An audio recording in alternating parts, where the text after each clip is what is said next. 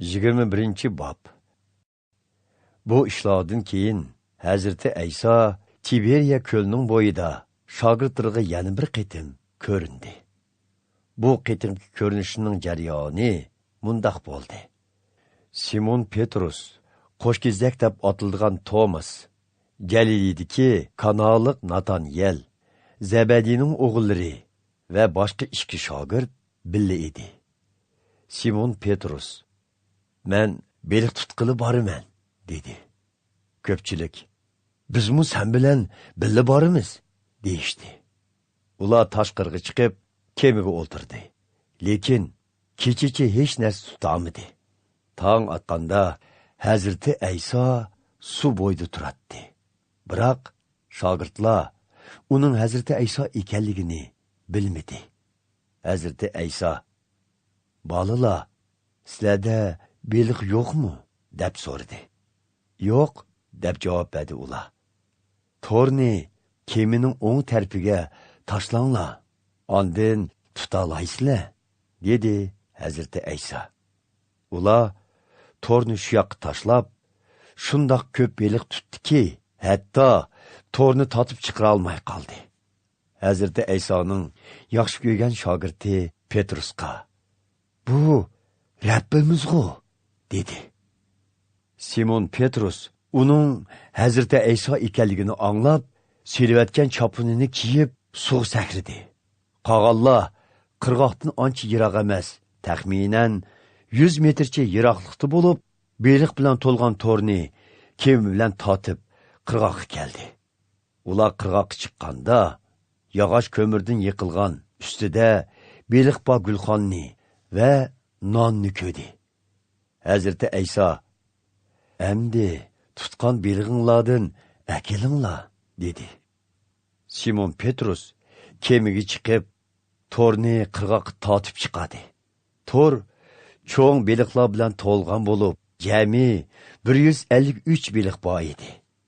Beliq shuncha ko'p bo'lsa-mu, to'r yirtilmagan edi. Hazreti Ayso: "Kelinglar, tomoq yenglar" dedi. Shogirdlarning ichida birarisimu uningdan "Siz kim bo'lasiz?" deb so'rashqa petinolmadi. Chunki ular uning o'zlarining Rabbi ekanligini bildi. Hazreti Ayso non bilan beliqni akilib, ularga berdi.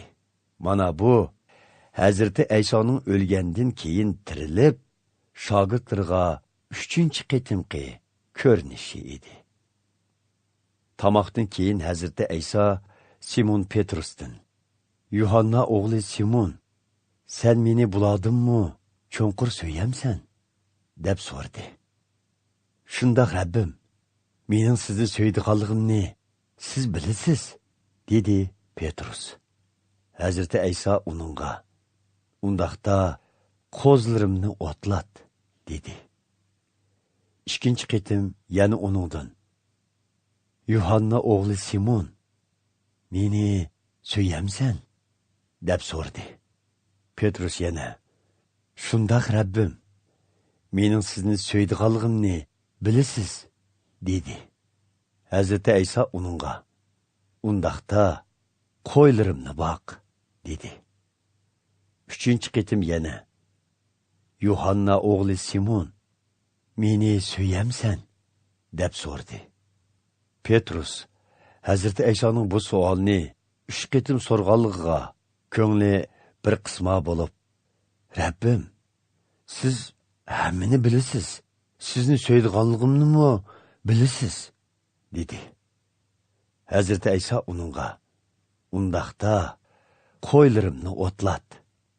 Bilib qo'yg'inki, yosh vaqtingda o'z belbig'ingni o'zing bog'lab, xolgan yeringga ketatding. Lekin yashanganda qo'llaringni uzitib berisan. Boshqalar seni bog'lab, sen xolmaydigan yerga elib ketidi" dedi. Hazreti Ayso bu so'zni Petrusning qandoq o'lish orqali Xudoga shon sharaf keltirilganligini bildirish uchun aytdi. Ondan uningga yana: "Manga agishiva" dedi. Petrus kayniga burilib, Hazreti Aysoning yaxshi ko'rdigan shogirdining agishib kelayotganligini ko'rdi. Bu Hazreti Aysoning oxirgi kechlik tomig'ida uningga yaqin o'ltirib, "Hey Rabbim, sizni tutib bermoqchi bo'lgan kimdu?" deb so'ragan shogird edi. Petrus uni ko'rib, Hazreti Aysodan, "Hey Rabbim, bu odam kelgusida qandaq bo'la?" deb so'rdi.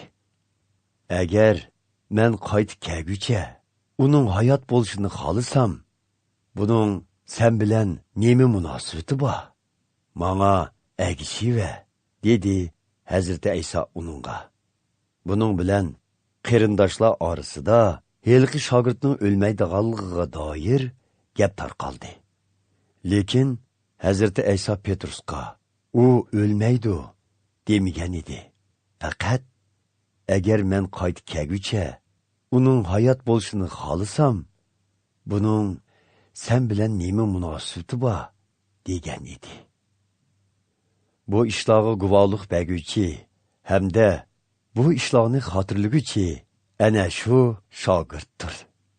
Bizmi bilamizki, uning guvohligi haqdir. Hazreti Ayso bulardan boshqa nurg'un ishlarni qilgan edi. Agar ularning hammasi ayrim-ayrim yozilgan bo'lsa, meningcha kitoblar butun dunyoga sig'maydi.